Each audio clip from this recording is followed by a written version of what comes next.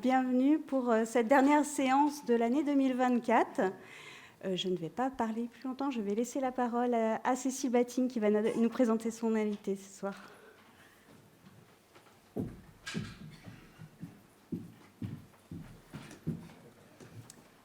Merci Karine. Bonsoir, bienvenue. Eh bien, c'est un honneur pour moi de présenter Vincent Jolivet, qui va venir vous parler ce soir de l'aristocratie étrusque face à Rome. Vincent Jolivet est un ami et un collègue depuis maintenant pas mal d'années. Il est directeur de recherche émérite au CNRS, rattaché au laboratoire AOROC à Paris. En 1981, il a fait une thèse de doctorat à l'université Paris 4 sur la céramique étrusque à figures rouges tardive du musée du Louvre. Et puis, il a été membre de l'École française de Rome de 1982 à 1985, et tout en étant responsable, à partir des années 80, avec Henri Broise, très souvent, responsable d'opérations d'archéologie, de deux programmes en particulier, de programmes de l'École française de Rome, sur le Pincio d'une part, et dans la région qu'on appelle la Tuscia-Viterbese, une région d'études qui est très spécifique, notamment par la forme de son architecture funéraire, qui est aménagée dans le tuf tout à fait local de cette région. Donc, Vincent y a développé de nombreuses fouilles, aussi bien préventives que programmées, certainement davantage de programmées que de préventives, mais il y a eu les deux sortes de fouilles. Une fouille, souvent des fouilles près de la ville de Viterbe, Asinello, par exemple, Musarna, Grotescalina, Norcia, Casteldasso et des sites dont il va sans doute nous parler ce soir. Donc 1986 a été la date de son entrée au laboratoire AOROC dans l'équipe de recherche étrusco-italique. Alors Vincent Jolivet, vous pourrez voir sur les sites internet, si vous le googlisez, une très très riche bibliographie. Il a bien sûr notamment traduit des ouvrages d'archéologie romaine et étrusque, mais il a surtout publié de très nombreux ouvrages sur le monde étrusque, et notamment son HDR sur la maison italique, intitulée Triste Portique, j'essaie de ne pas me tromper en le prononçant, qui a été publié dans la collection de l'École française de Rome en 2011. Vincent Jolivet a organisé de nombreuses expositions également sur le monde étrusque. Vous avez peut-être pu en voir certaines, notamment celle assez médiatisée au musée Mayol à Paris en 2013, et puis tout récemment au musée de Tarquinia. Une exposition qui est peut-être encore en cours à Tarquinia, d'ailleurs non, c'est fini. Bon. Qui va, je crois, elle va être itinérante. New York. Bon. Voilà, et récemment, Vincent Jolivet a été lauréat d'un programme de Shelby White et Léon Lévy pour la reprise des données de fouilles effectuées sur le site de Musarna, dans la cité de Tarquinia, programme sur lequel nous nous retrouvons. Mais j'imagine qu'il va émailler son discours de l'ensemble de ses activités, et vous en saurez plus grâce à sa présentation. Donc, je me tais et te laisse la parole. Merci encore.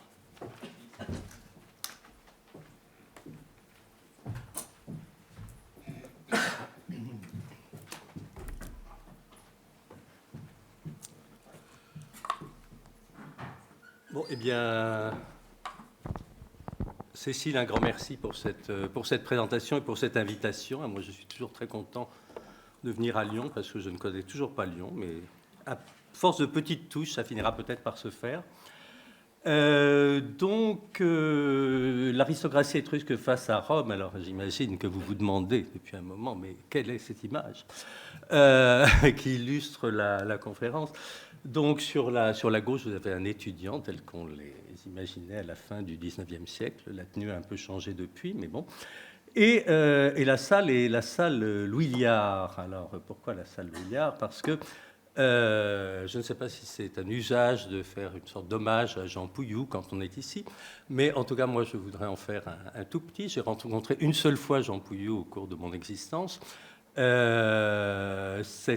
à la Sorbonne, donc c'était dans la salle Louis-Liard. Il participait à un jury de thèse, et à l'interruption de la séance, on s'est retrouvé dans la cour. Il ne me connaissait pas, je ne le connaissais pas. Puis il est venu vers moi et il m'a dit « Mais c'est quand même horriblement ennuyeux, ces soutenances de thèse, vous ne trouvez pas ?» Alors, bon, moi j'avais 20 ans, oui, enfin, bon. Mais vous savez, j'ai un truc, c'est que quand je m'ennuie trop, je regarde le plafond dans cette salle, et au plafond, il y a la vérité qui est représentée. Elle est nue, elle tient un miroir, elle est magnifique, et ça m'aide à passer le temps.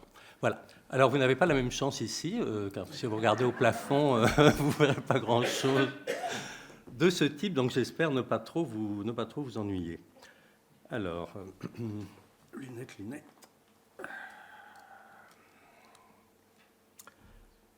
Ok. Bon, alors évidemment, tout commence par des remerciements à tout le monde, la surintendance archéologique. Enfin bon, ceci pour dire que ces travaux, évidemment, c'est des travaux très collectifs, surtout quand on travaille en Italie, donc la surintendance italienne. Le site dont je vous parlerai surtout est un site qui est sur un polygone militaire, le plus grand polygone militaire de la péninsule italienne. Donc tout est un petit peu plus compliqué. Et puis nous avons bénéficié aussi du soutien de deux fondations, la Fondation Arpamed à Paris et la Fondation Rovati à Milan. Et puis à côté de ça, évidemment, il y a des gens. Alors je vous parlerai essentiellement, vous verrez, vous êtes tombé dans un piège, en fait je vais vous parler d'un vase. Un vase qui a été trouvé très récemment, en 2022, donc dans le cadre de deux fouilles faites à Norcia, dont le responsable était Daniel Morleghem, que vous voyez là, et le vase en question a été trouvé par Romain Desarbres. Et puis vous avez là un peu la liste de tous les gens qui, à des degrés divers, ont collaboré à cette opération, dont un qui est Gilles Van Hems, que beaucoup d'entre vous doivent connaître, et qui malheureusement ne pouvait pas être là ce soir, donc j'essaierai de vous transmettre son message épigraphique, même si je n'en suis pas digne. Donc tout ça se passe donc dans un territoire qui est celui de Tarquinia, tel que moi je me l'imagine. Alors les gens d'habitude le réduisent de moitié, mais je crois qu'on a de très bonnes raisons pour penser que le territoire de Tarquinia, au moins au IVe siècle, s'étendait du Tibre jusqu'à la mer Tyrrhénienne, donc on est un petit peu au nord de Rome. Et à l'époque donc du grand affrontement final entre Rome et l'Étrurie, c'est-à-dire au IVe siècle avant Jésus-Christ et surtout vers la fin du IVe siècle, vous voyez que le territoire de Tarquinia est stratégique pour l'Étrurie, puisque en fait c'est une espèce de rempart du territoire étrusque contre l'avancée romaine. Rempart qui n'a pas très bien fonctionné parce que les Romains l'ont contourné et ont noué des accords avec les autres cités étrusques. Mais enfin, en tout cas, c'est un territoire qui se caractérise par une multitude de petites fortifications qui maillent complètement le territoire et qui devaient être assez efficaces, effectivement, contre les Romains. Alors, en quelque sorte, la découverte du vase dont je vous parlais, il faut remonter assez longtemps pour savoir ce qu'on faisait là, dans cette tombe à ce moment-là. Tout a commencé, disons, en 1983. Donc pendant 20 ans, on a fouillé un site étrusque qui s'appelle Musarna, Civita Musarna, qui est un site qui est une fondation de la fin du IVe siècle. C'est une petite cité-colonie étrusque. Petite, bon, elle fait 5 hectares, mais c'est 5 hectares entièrement urbanisés, comme vous le voyez, de manière extrêmement systématique. Entre autres choses, c'est le seul plan de cité étrusque qu'on connaisse entièrement dans l'Étrurie classique. Bon, après, au nord, il y a Marzabotto, mais c'est autre chose et c'est aussi une autre époque. De Musarna, dont on a essayé de faire une étude globale, donc étudier l'urbanisme, étudier l'enceinte, étudier les nécropoles, étudier le paysage qui était tout autour. Alors bon, ça faisait beaucoup de choses, on s'est un peu dispersé, on a pas mal de retard de publication, mais grâce à Cécile en particulier, on espère le combler petit à petit. De Mouzarna, on est arrivé à Grotte Escalina. Grotte Escalina, c'est une tombe, là vous la voyez après le début de nos fouilles, qui a une histoire assez étrange, puisqu'elle était connue autour de 1900 et qu'ensuite elle avait complètement disparu, personne ne l'a plus jamais revue. Elle ne figurait dans aucun guide, nulle part. Et on l'a retrouvée un petit peu par hasard, un siècle plus tard. Alors au départ, on l'a pas fouillé parce que notre intérêt était essentiellement tourné vers l'urbanisme, vers les maisons, et puis que bon, les tombes en Étrurie, quand même, on en a déjà fouillé beaucoup. Et puis finalement, il est apparu quand même que c'était une tombe extrêmement particulière, extrêmement intéressante. Donc on a fouillé cette tombe de Grotte Escalina. Bon, vous en voyez là une restitution qui sans doute doit être amendée, rectifiée. Mais enfin, disons que l'essentiel de l'architecture de la tombe est là, et elle est, vous voyez, tout à fait exceptionnelle, puisque c'est deux étages de colonnes, un fronton, des colonnes qui sont colossales, elles font 2 mètres de diamètre à la base pour 6 mètres de hauteur, et donc un monument tout à fait exceptionnel et dont on peut se demander comment les Étrusques ont pu l'inventer, parce que ça ne ressemble à rien de connu en Étrurie. Donc là, on est à la fin dans le dernier quart du IVe siècle avant Jésus-Christ. Et en fait, il n'y a qu'un seul prototype possible à cette époque, à cette fin du IVe siècle, de ce type d'architecture sur deux niveaux. Bon, évidemment, le modèle n'est pas un temple, ça n'existe pas. Mais c'est les palais macédoniens, c'est ceux de Pella et de Vergina qui, à partir du milieu donc, du IVe siècle, lancent cette espèce de... ce qui va devenir une mode très rapidement. Enfin, ça se répand comme une traînée de poudre dans le monde hellénistique, ces édifices sur 2 colonnes et un fronton. Et ça traverse ensuite toute l'histoire de l'architecture jusqu'à des édifices extrêmement récents. Ou alors, si vous allez à Athènes, vous verrez le Parlement d'Athènes, c'est la façade, étrangement, parce qu'il n'y a pas de lien qu'on puisse établir, mais c'est quand même calqué sur la façade des palais macédoniens.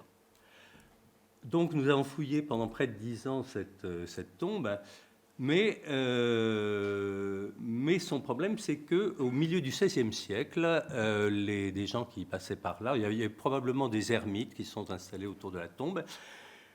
Et puis des gens qui passaient par là se sont aperçus qu'il y avait un très grand escalier creusé dans le tuf, qu'il y avait une fausse porte taillée également dans le tuf, et ils ont mis en relation cette fausse porte et cet escalier avec la Porta Sancta et la Scala Sancta des jubilés romains.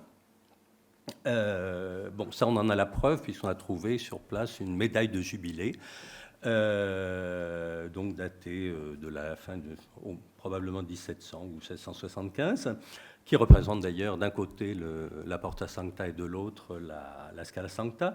Sur le site, c'est assez drôle parce qu'on voit qu'effectivement, face à la fausse porte, ils ont construit une espèce de baraque en bois dans laquelle les gens devaient se mettre pour prier devant la tombe étrusque. Et quant à l'escalier, il a été, d'une part, les marches ont été dotées de petites fosses pour le monter à genoux. Et en haut de l'escalier, il y avait une saignée qui avait été mise pour insérer, comme à Rome et comme dans toutes les Scale Sante, une représentation du Christ en croix. Alors, c'est très bien, bon, ça ajoute de l'histoire à l'histoire déjà riche de cette tombe étrusque, mais le problème, c'est que du coup, les chrétiens qui ont fait ça, bon, la fréquentation dure jusqu'aux guerres napoléoniennes, hein, c'est assez clair. Hein, on commence, d'après la céramique, au milieu du XVIe siècle et on s'arrête et tout termine au début du XIXe siècle. Mais alors, pour faire ça, évidemment, ils se sont débarrassés de tous les blocs tombés du monument. Et donc, nous n'avons absolument rien comme élément permettant de restituer l'architecture de la tombe. Le plus gros bloc qu'on ait trouvé est gros comme ça. Donc, ça posait quand même beaucoup de problèmes, car c'est un monument dont une très grande partie s'est effondrée en raison de son audace architecturale, mais qu'il a payé au cours des siècles.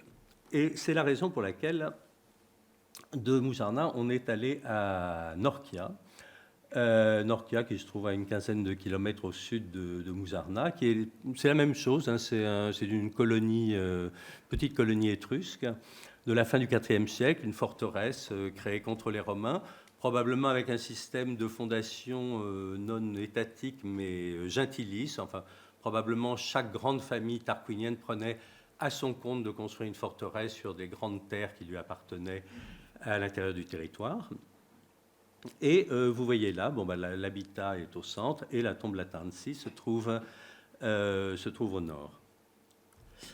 Donc ce n'est pas très accueillant, zone militaire, interdit d'accès, et effectivement, si vous y allez, vous pouvez être arrêté et traîné devant le colonel qui dirige le camp militaire.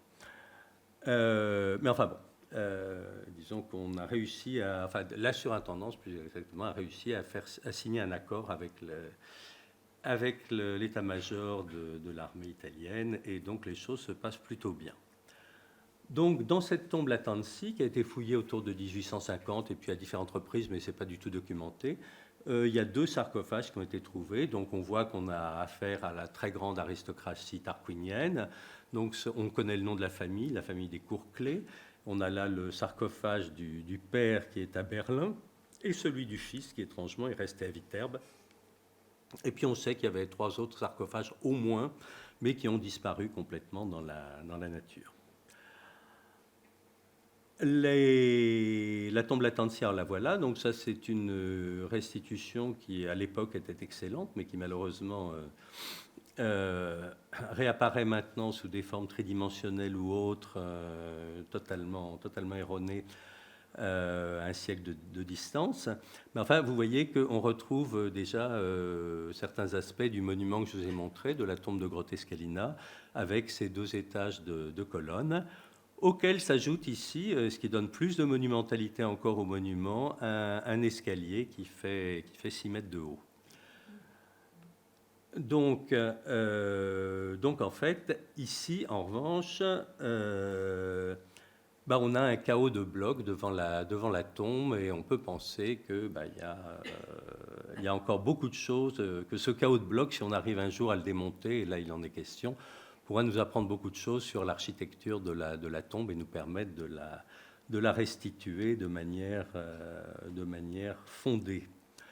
Parmi les choses, on a un fragment d'aile de sphinx qui est grand comme ça. Donc, le sphinx devait être un très grand sphinx. Il doit être encore quelque part sous terre devant la tombe, avec différents autres parties de la décoration de la tombe. On a également une tête monumentale, 60 cm de haut, qui représente probablement le fondateur de la tombe sous les traits d'Alexandre le Grand. Mais ce n'est pas exactement le sujet du jour. Voilà, donc ça c'est le secteur qu'on a fouillé, la tombe principale, la tombe Latanzi, c'est la tombe 1.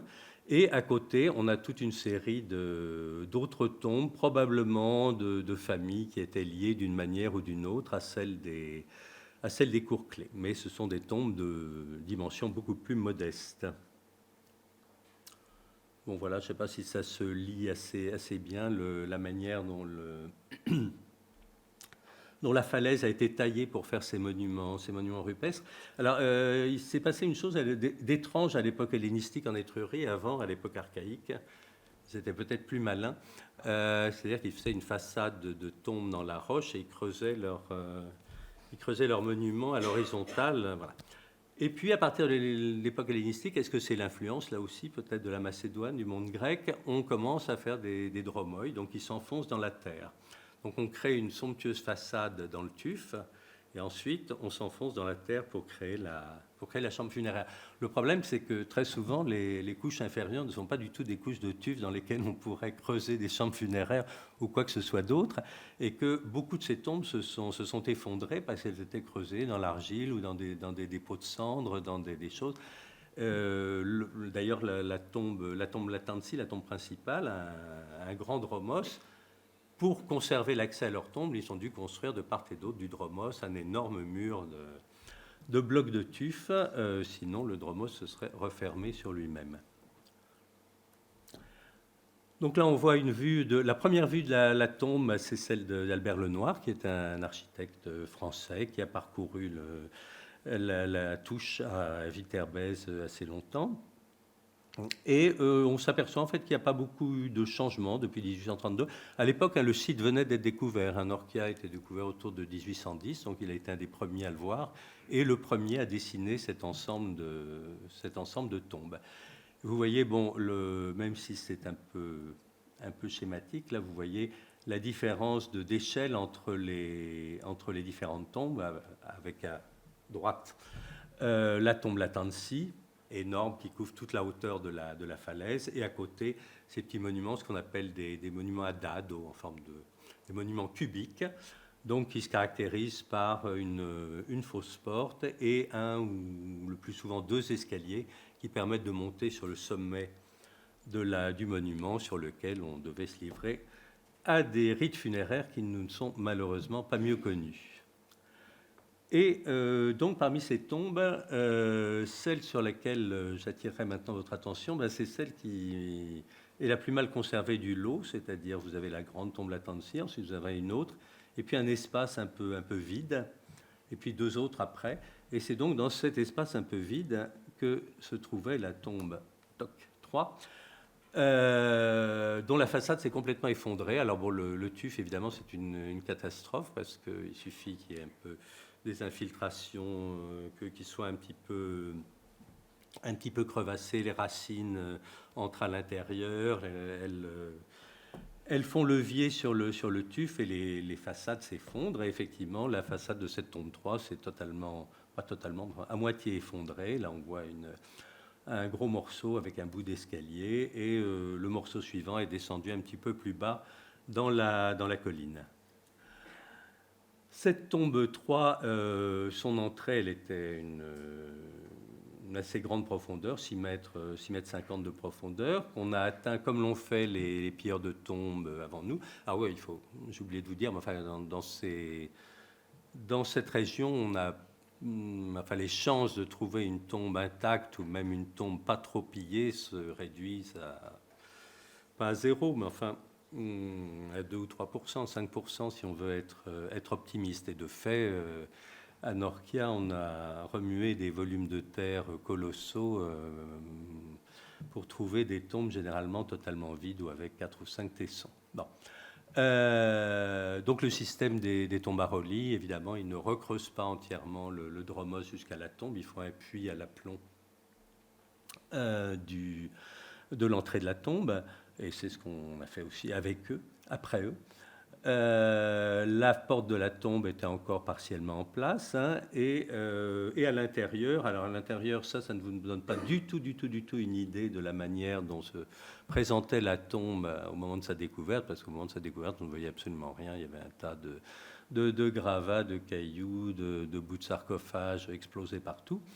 Donc on l'a fouillé, on a remis les fragments de sarcophage en place. Bon, alors, les sarcophages, là, ils n'ont pas trop souffert. Souvent, les sarcophages étrusques, on les retrouve entièrement en morceaux, parce que les pilleurs pensaient qu'il y avait des choses cachées en dessous. Donc, comme ils sont durs à déplacer, ils préféraient les casser directement, écarter les morceaux et vérifier. Bon, là, les cuves se sont à peu près conservées. Donc voilà le plan de la tombe. Et alors vous voyez que ce qui a été notre chance dans cette tombe, c'est qu'elle n'est pas totalement régulière, et qu'au fond, à gauche, il y a une espèce de niche.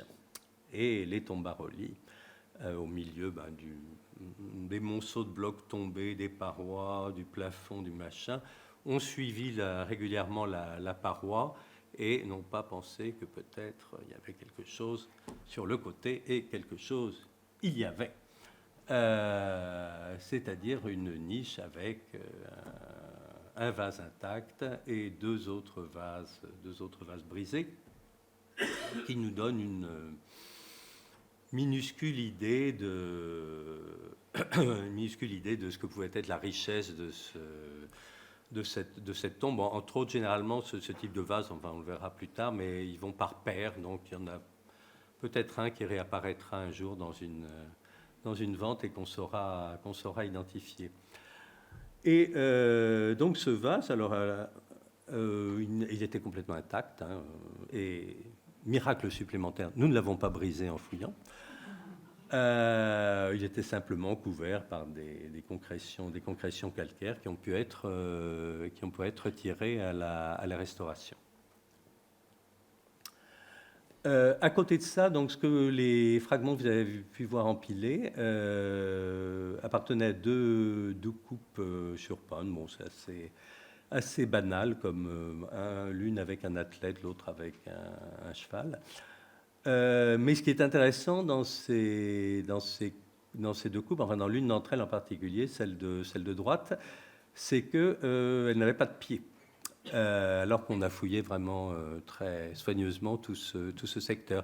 Ce qui signifie que les coupes, en fait, ont été brisées à l'extérieur et apportées brisées à l'intérieur de la tombe.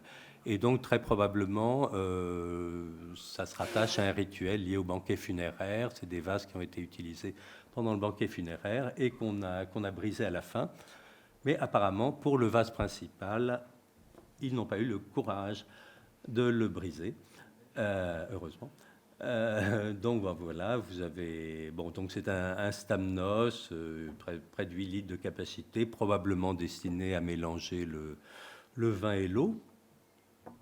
Et donc qui rappelle un certain nombre qui est proche d'un certain nombre de vases connus, dont un couple de vases relativement célèbres, qui sont les Stamneufuld du Louvre. On les rassemble dans un même groupe, qui est un groupe assez compliqué, qu'on appelle le Funnel Group, donc le groupe de l'entonnoir, en fait.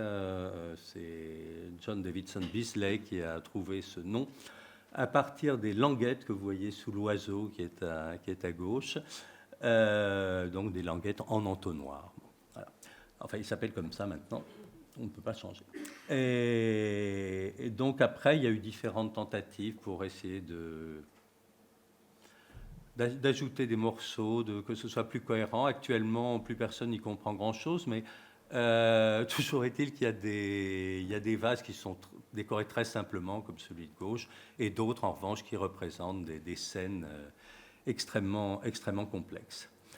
Alors, dans le vase qui nous intéresse, il y a beaucoup de choses qui sont exceptionnelles. D'une part, c'est le seul vase de ce type qu'on connaisse, découvert en contexte archéologique. On sait exactement de quelle tombe. Et vous verrez qu'on connaît probablement aussi le nom de famille, enfin le nom du titulaire de la tombe. Mais l'un des grands intérêts de ce vase, c'est que c'est un des vases qui présente le plus d'inscriptions étrusques, enfin c'est même celui qui présente le plus d'inscriptions étrusques connu à ce jour. Et là, c'est Gilles qui parle, en fait. Donc des qualités de ce vase, donc des textes qui sont courts, des formes connues, reconnaissables, nouvelles, analysables, un apax qu'on ne comprend pas, toujours pas. Et en fait, donc, Gilles parle donc d'un bilingue figuré, en quelque sorte, dans lequel les inscriptions et le texte, les inscriptions et les représentations se répondent. Et il est comparable aussi en ça à un autre vase qui appartient également à la galaxie, disons, du groupe, qui est ce vase du cabinet des médailles, qui comporte aussi des inscriptions qui sont assez semblables, mais en moins grand nombre. Un des grands intérêts du vase, c'est qu'il y a l'inscription du propriétaire, enfin de son commanditaire, certainement, donc il s'appelait Marquet-Attier. Et on a son patronyme patronyme Velcae et matronyme Pachial. Donc il est exclu qu'il s'agisse du nom du peintre, parce qu'il n'aurait pas un nom aussi développé. Et donc probablement cette tombe peut être considérée comme une tombe qui a appartenu aux Attiers. Des inscriptions soignées, donc avec des majuscules au mot. Vous avez la trouillée, donc troilos avec un T majuscule. Ou ici l'inscription qui mentionne Achille, sur laquelle on reviendra. Et ici, ben oui, une autre inscription qu'on reverra tout à l'heure, qui est celle d'Ajax. Toc. Et alors, Gilles a également des doutes sur le niveau d'alphabétisation, la literacy du peintre de ce vase à partir du E qui présente 4 barres, ce qui choque beaucoup les épigraphistes. Moi pas, mais bon. On a aussi un repentir. Si vous regardez bien derrière le feuillage, on voit quelques lettres qui ont été cachées par la suite. Alors, un des grands intérêts de ce vase aussi, c'est qu'à la différence de la plupart des vases complexes qu'on connaît de cette époque, il ne raconte pas d'histoire. Enfin, il en raconte, mais pas à la manière habituelle. C'est pas l'illustration d'un épisode quelconque d'une guerre ou autre. Ce sont des personnages qui sont présentés de manière paratactique, l'un à côté de l'autre, pour raconter quelque chose sur leur vie, leur destin, leur aspect positif, négatif. Et il y a, bon, comme toujours dans ces vases, hein, il y a 2 faces, face A, face B. Généralement, on arrive assez bien à déterminer quelle est la face A, qui est celle qui est la plus importante par rapport à son commanditaire ou à son acheteur. Là, donc, vous la voyez à gauche. Elle est soulignée par le damier, d'ailleurs, au centre, qu'on ne trouve pas en face B. Et ce qui rapproche tous ces 5 personnages, donc, c'est que ce sont 5 personnages qui ont participé à un moment ou à un autre à la guerre de Troie. La face A, ça se passe aux enfers. Hein. Vous voyez toute cette végétation avec des asphodèles qui sont la seule plante qui fleurit aux enfers. Et on a 3 personnages, donc à droite Ajax, au centre Achille, et à gauche, à mon avis, aussi certainement Nestor, hein, mais j'y reviendrai. Donc, alors voilà donc notre Ajax avec cette inscription Ajax, donc c'est les 2 Ajax, c'est donc le fils de Télamon qui est représenté ici, donc qui est vraiment le grand héros grec tant qu'Achille reste sous sa tente à bouder. Et puis ce terme de Houréroux, alors sur lequel je reviendrai. Donc le prodigieux Ajax, rempart des Achéens, qui, à mon avis, est vraiment l'exemplum par excellence du vase. Enfin, vraiment le point de repère totalement positif, le symbole de le représentant de la Timée, de la valeur guerrière des Grecs. On le voit un petit peu à sa pose. Et aussi un détail assez curieux qu'on ne trouve pas sur d'autres vases étrusques. Si vous regardez le bandeau inférieur, tout le long, c'est des languettes. Et il y a juste sous Ajax que d'un seul coup, on trouve des méandres. Ce qui, normalement, est tout à fait impossible sur un vase étrusque de cette période où ils font leur bandeau décoratif à la chaîne. Et donc là, c'est probablement pas un hasard si Ajax est sur cette espèce de piédestal. Bon, sa pose, c'est une pose qu'on trouve très tôt dans le monde grec pour justement qualifier, représenter le héros idéal, qui soit mythologique comme à gauche Achille ou à droite comme le défunt de la tombe du jugement de Lefcadia. En Étrurie, on en trouve des quantités qui présentent aussi cette belle allure, droit avec leur bouclier bien mis en évidence.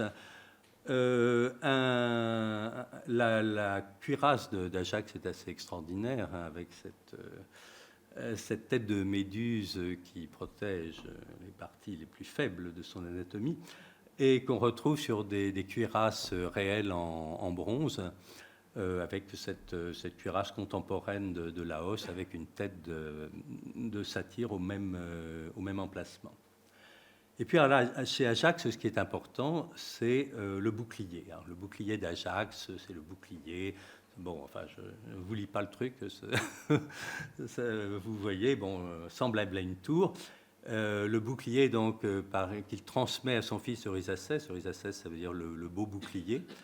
Et alors, pour le peintre, problème, comment représenter un bouclier à 7 peaux de bœuf et une couverture de bronze, c'est pas très évident. Donc il représente l'intérieur, et pour montrer l'importance de ce bouclier, à quel point il est précieux, il recourt à une couleur qu'on ne trouve pas normalement dans la céramographie étrusque, qui est le bleu. Alors, il paraît que ce n'est pas du bleu égyptien, les analyses sont en cours. Mais enfin, bon. Et vous voyez les rivets, tous les rivets de l'intérieur du bouclier sont soulignés à la peinture bleue. Donc cette représentation d'Ajax très valorisante qui ne correspond pas à celle qu'on trouve généralement dans le monde étrusque, où on aime beaucoup alors on utilise Ajax à la place d'Achille dans la scène du sacrifice des prisonniers troyens, et on aime beaucoup aussi représenter le suicide d'Ajax sur sa propre épée, mais là c'est un tout autre Ajax qui est représenté, qui est un Ajax en majesté.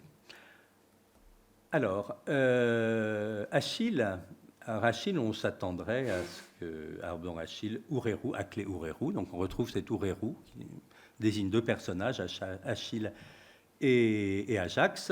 Et alors là, je vous renvoie aux réflexions de Gilles, toujours.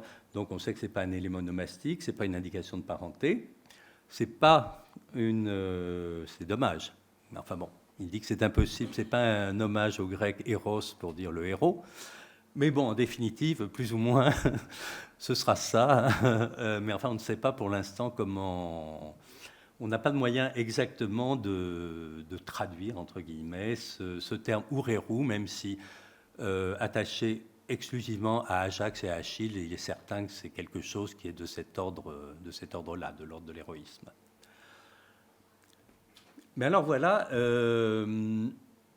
autant Ajax, vous l'avez vu, il est parfait, autant Achille, on a du mal à en faire complètement un exemplum positif. Il est aux enfers, mais il est encore extrêmement excité. Il part au combat nu ou à peu près, ce qui n'est pas une bonne idée. Il a le glaive en avant. Il est lui aussi, en tant que Oureru peut-être, lui aussi a du bleu qui souligne vous voyez les plis de sa chlamyde, des petits points bleus. Donc on peut se demander si là il n'y a pas une espèce de critique implicite aussi dans la position, parce que la position du corps, la partie basse du corps est totalement immobile, hein. C'est la position du don, c'est la position un pied sur un rocher. Le corps est projeté en avant. Est-ce que c'est pas aussi le Achille qui hésite, qui reste sous sa tente, j'en sors pas, bon, enfin bref. Et puis j'en sors d'un seul coup en agitant mon glaive. Voilà, donc un exemplum différent, bien différent de celui d'Ajax, et qui n'était probablement pas, à mon idée, celui du commanditaire du vase, qui peut-être avait considéré plutôt Ajax comme son modèle. La pose elle-même est assez, on la retrouve dans un certain nombre de représentations où alors on voit bien que Achille s'élance pour tuer Troïlos. Donc ça, c'est un épisode qui est en fait antérieur au début de la guerre de Troie. Achille sait que Troie ne pourra être prise que si Troïlos, l'un des fils de Priam, est tué. Et donc, en dehors de toute guerre, il lui tend une embuscade avec la double forfaiture, d'une part d'agresser un jeune homme qui va faire boire son cheval à une fontaine paisiblement, et d'autre part de le faire à l'intérieur du sanctuaire d'Apollon Thembros, ce qui lui vaudra de sacrés ennuis par la suite. Mais donc là, on est dans l'épisode, on voit qu'il se lance à l'assaut il se lance vers Troïlos, ce qui n'est pas le cas sur le Stamnos, d'autant plus que Troïlos est présent, mais il n'est pas en face d'Achille. Alors, le troisième personnage, il est anonyme, mais alors on a la chance de pouvoir faire correspondre son image. Alors, vous voyez, il y a un cheval tombé, lui il élève un glaive, et donc ce texte de Pausanias, de la description des peintures de Polygnote de la Lesquée des Cnidiens, dans lequel il dit Nestor, le pilote sur la tête, une lance à la main. Bon, c'est un peu différent, son cheval semble prêt à se renverser sur le sable, et ce qui est assez extraordinaire, c'est que tout se déroule sur la rive de la mer, dont on distingue aussi les galets, et si vous regardez là, il y a des galets aussi qui sont représentés au pied du cheval. Deux autres arguments pour dire qu'il s'agit de Nestor.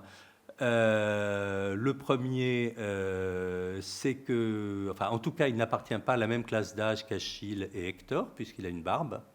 Donc, il est bien différencié des deux Oureru qu'on a vus précédemment.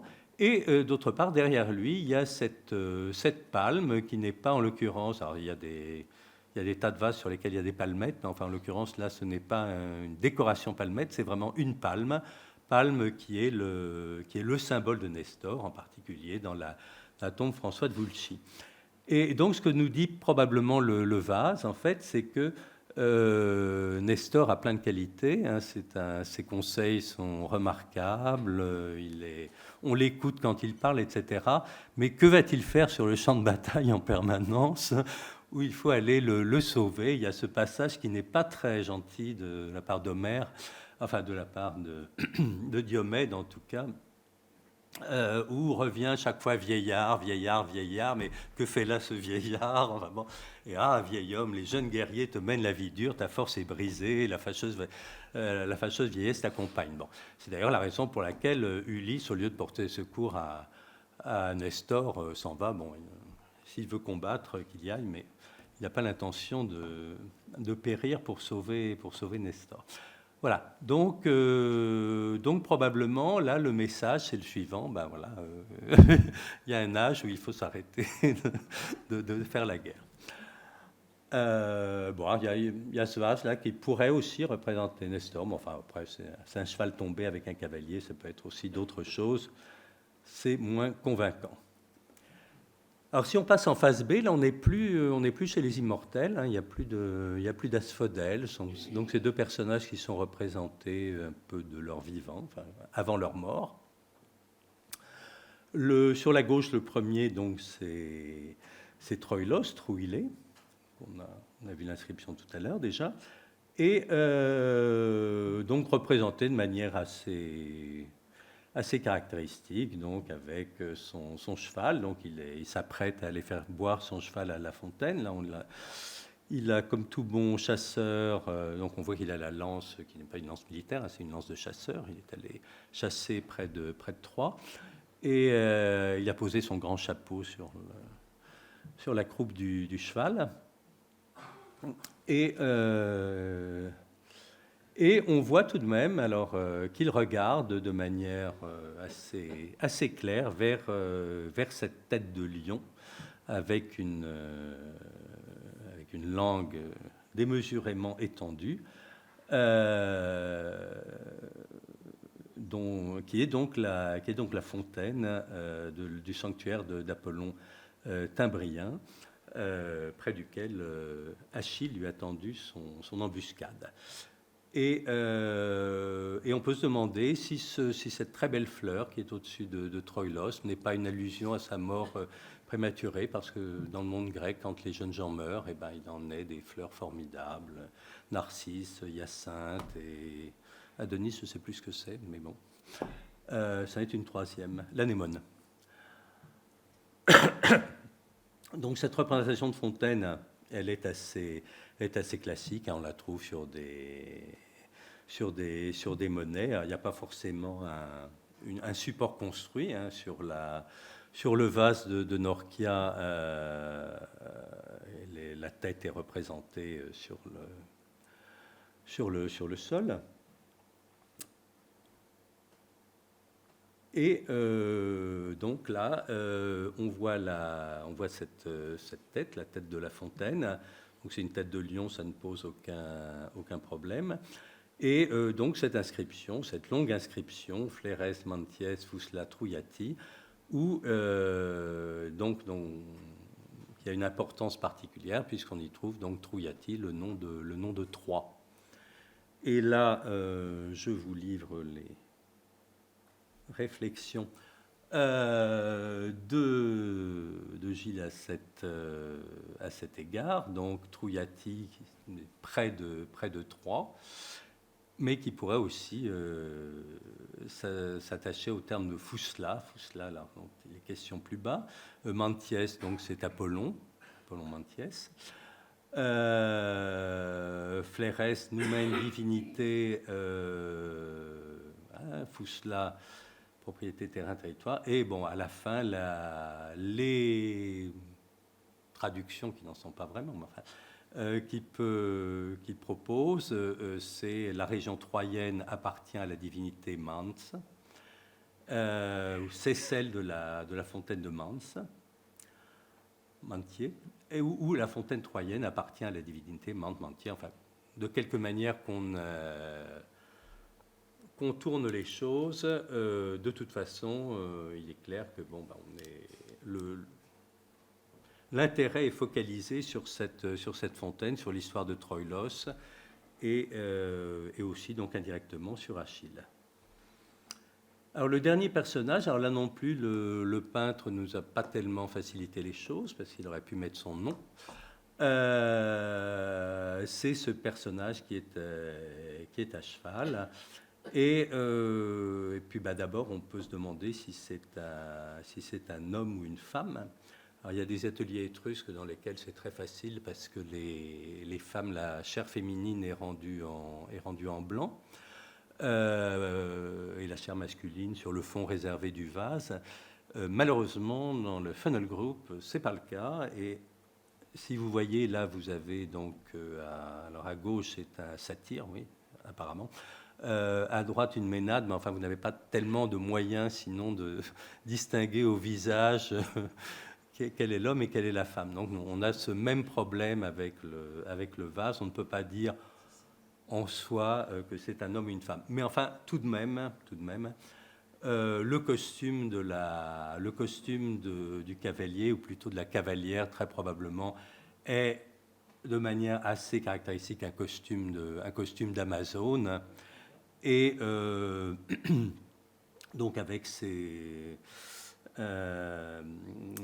bas à résille en quelque sorte, et je sais pas, ça recouvre aussi enfin bref, peu importe. On a beaucoup de représentations de ce type qui permettent d'être à peu près sûr aussi au niveau de l'armement qu'on est même si elle n'a pas le pelt, le bouclier des Amazones, on peut être à peu près sûr qu'il s'agit ici d'une Amazone.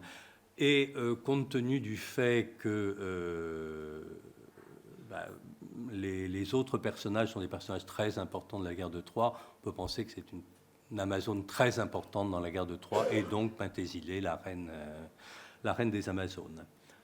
Alors il y a un joli détail qui est le cheval à sonnaille, qu'on trouve sur un certain nombre de représentations aussi, et on a trouvé aussi à Populonia donc de véritables sonnailles, donc ça se fait faire un joli bruit pendant les combats.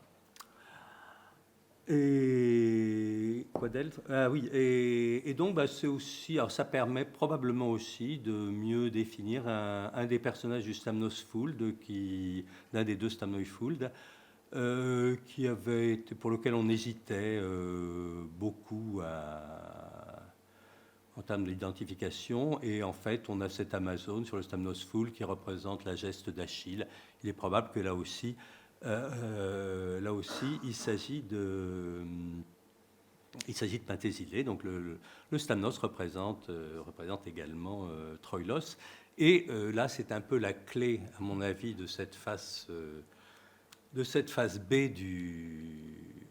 du vase, c'est-à-dire qu'on a deux personnages, l'un qui est Troïlos, et c'est avant même la guerre de Troie, l'autre qui est Penthésile qui rejoint les Grecs à la fin, qui rejoint les Troyens, pardon, à la fin de la guerre de Troie, donc les deux extrémités pratiquement de la guerre, et deux personnages que, selon tout un filon de la tradition, deux personnages qui ont été aimés d'amour par Achille et que Achille a tués tous les deux. Donc, matière à discussion parce que voilà, ces vases étaient présentés dans les banquets funéraires, donc ils étaient sur la table et ils servaient de support pour la discussion, pour les évocations, pour les poèmes, et là bon, vous avez deux types de salles de banquet qui sont attestées toutes les deux à Norcia. Enfin donc alors, il y a la salle de banquet de Mousarna et celle de Grotte Escalina et celle de Norcia, qui sont deux énormes salles de banquet, hein, qui sont alors celle de Grotte Escalina à 6 lits, donc ça veut dire 12 places. L'endroit où on célébrait les banquets funéraires, on a de bonnes chances enfin, il est vraisemblable que les salles de banquet des palais étrusques ressemblaient aussi à ça, et du coup elles ressemblaient aussi aux salles de banquet des palais macédoniens. Alors qu'évidemment la salle de banquet dite à la romaine, bon, on en a d'autres exemples à Norcia, assez rares, mais enfin il y en a avec une disposition comme à droite en double triclinium. Voilà, donc c'est... Ah oui, on a ici une passionnante restitution. Alors évidemment, j'ai un peu honte, mais quand même, ça permet de donner une idée de l'ampleur de la salle. Hein. Vous voyez, c'est 6 mètres de haut, c'est assez impressionnant. Alors à l'époque, hein, c'est le monde hellénistique, un monde masculin et brutal. Donc les femmes ne se couchent plus sur le lit de banquet, elles sont assises au pied de leur mari. Vous avez au fond la fausse porte. Vous avez 3 niches. Alors bon, ça peut être des ancêtres, ça peut être des dieux. Ça pourrait aussi, bon, je ne développe pas ici parce qu'on n'a pas le temps, mais ça pourrait être aussi les 3 juges des enfers. Les juges des enfers qu'on convoque au banquet funéraire de manière à entendre tout ce qu'on avait de bien à dire sur le mort, de manière à ce qu'il... Oh là! Étrange. Bon, je ne dirai plus le mot.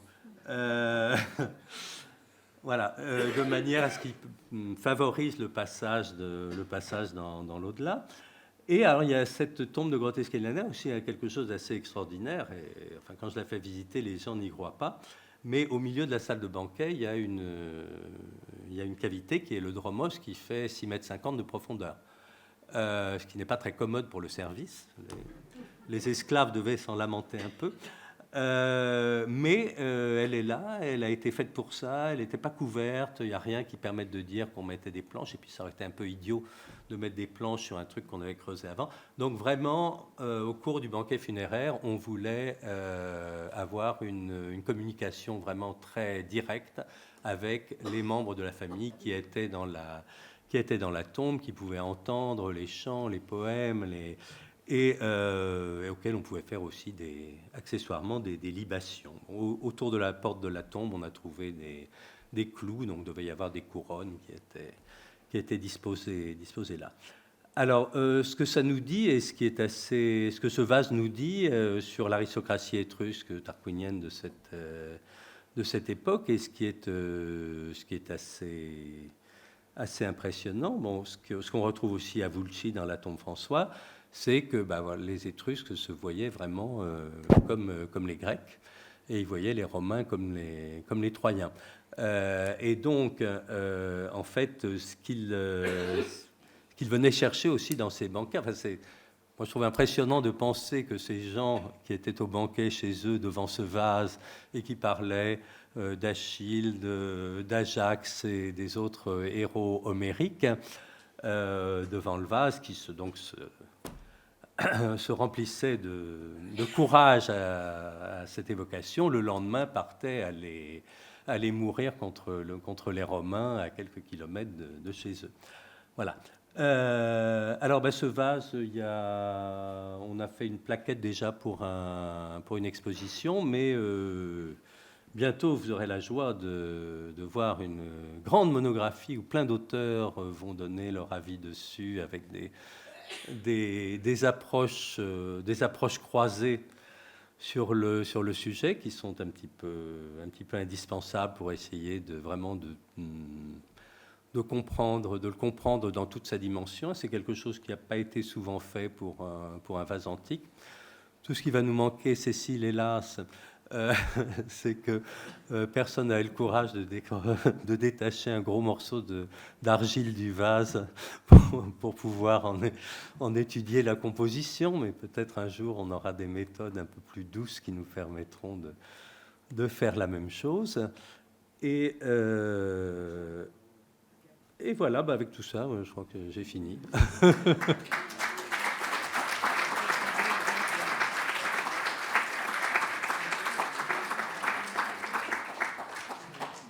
Merci beaucoup pour la conférence. On va pouvoir passer aux questions dans la salle. Je vous passerai le micro dès que vous aurez levé la main.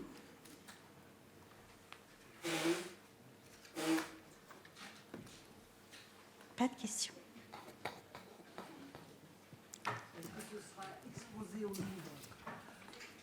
Est-ce que le vase sera exposé au Louvre Alors, ou la Villa Julia? Le vase, il a un carnet de balles très rempli. Donc, venez le voir le 22 avril à New York, à la New York University. Ce n'est pas la porte à côté, mais vous pouvez aussi choisir le Texas, n'est-ce pas, à Waco. Sinon, alors attendez, il doit aller à Milan.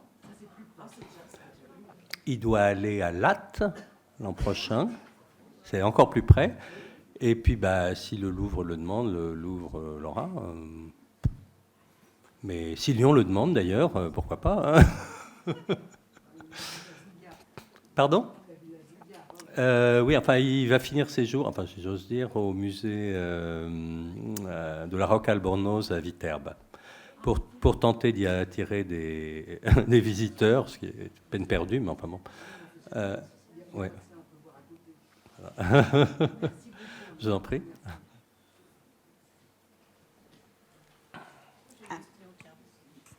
Est-ce qu'on a une idée du statut de ce vase? Est-ce qu'il est rare parce qu'on en trouve peu, à part chez les collectionneurs peut-être, ou est-ce qu'il est rare par sa facture, puisqu'on a l'impression que parfois c'est assez vite fait, ou est-ce que c'est... Ou ce que, je sais pas. Comme peintre, il y en a des plus doués en céramique étrusque à figure rouge.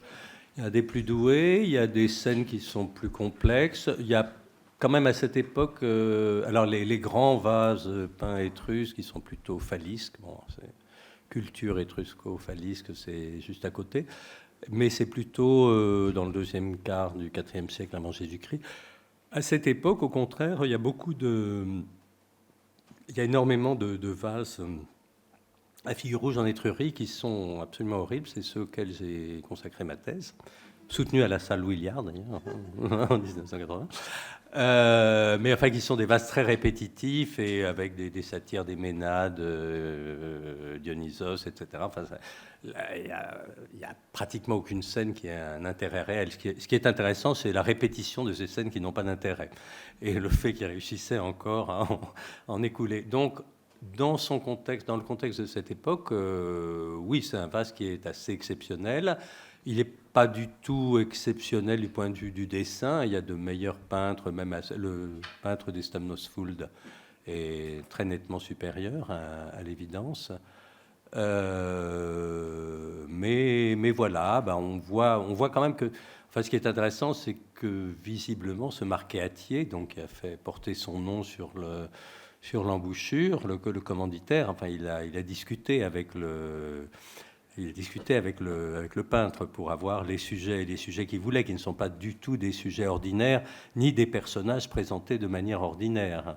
Si Achille, on l'a représenté des tas de fois au cours de cette période, de cette manière un peu ridicule, il faut le dire, c'est assez exceptionnel. Donc, oui, ce qui est intéressant aussi, mais ça, Gilles en parlerait mieux, c'est le fait que ça suppose que, d'une part, le peintre, le céramographe ait une culture déjà littéraire, et ça suppose aussi qu'à la table de l'hôte, on sache aussi lire les inscriptions qui étaient sur le vase. Donc, ne fréquenter que des lettrés.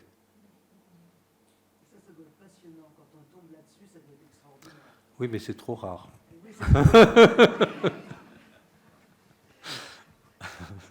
S'il vous plaît, une question toute bête. Ils écrivaient dans le même sens que nous ou dans non.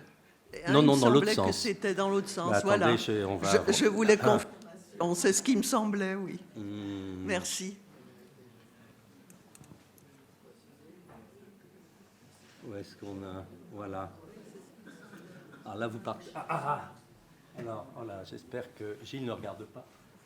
Flérès, donc on parle de la droite, Flérès, Mantiès, Fousselat, et cet important Trouillati qui est... voilà. Après, il y a quelques inscriptions qui sont d'extroverses, enfin qui vont dans nos sens, mais ce n'est pas très fréquent.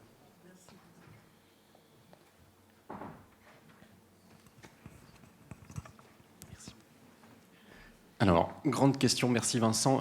Sur la scène de Troïlos, pourquoi on retrouve des asphodèles si on n'est pas dans une scène des enfers au niveau de la fontaine? Est-ce que c'est parce que ces asphodèles sont annonciatrices de la mort prochaine de Troïlos? Alors, justement, il n'y en a pas tellement. Avec lui, il n'y en a pas, mais au niveau de la fontaine vers laquelle il se rend... Oui. Et toc. Alors, attends, un instant, on va...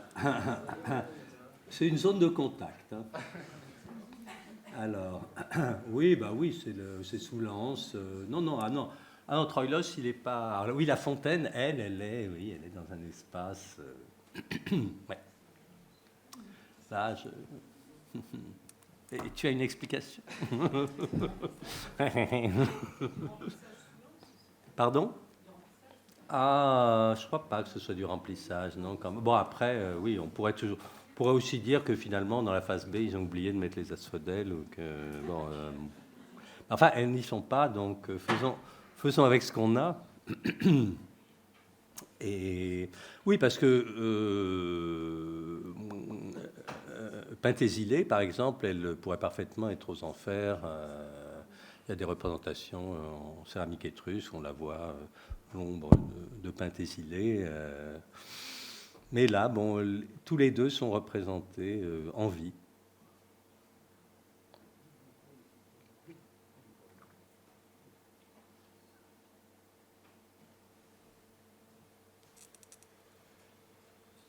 Plus de questions?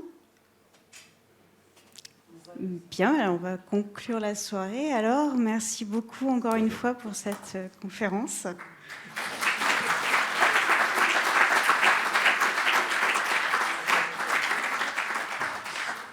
Voilà, et puis je vous souhaite à tous de passer de très bonnes fêtes de fin d'année. Et je vous invite à nous retrouver dès le mois de janvier avec Itinéraire de haute montagne dans les Alpes de la préhistoire à hier, avec Éric Thiraud, que nous avions vu le mois passé. À très bientôt, au revoir.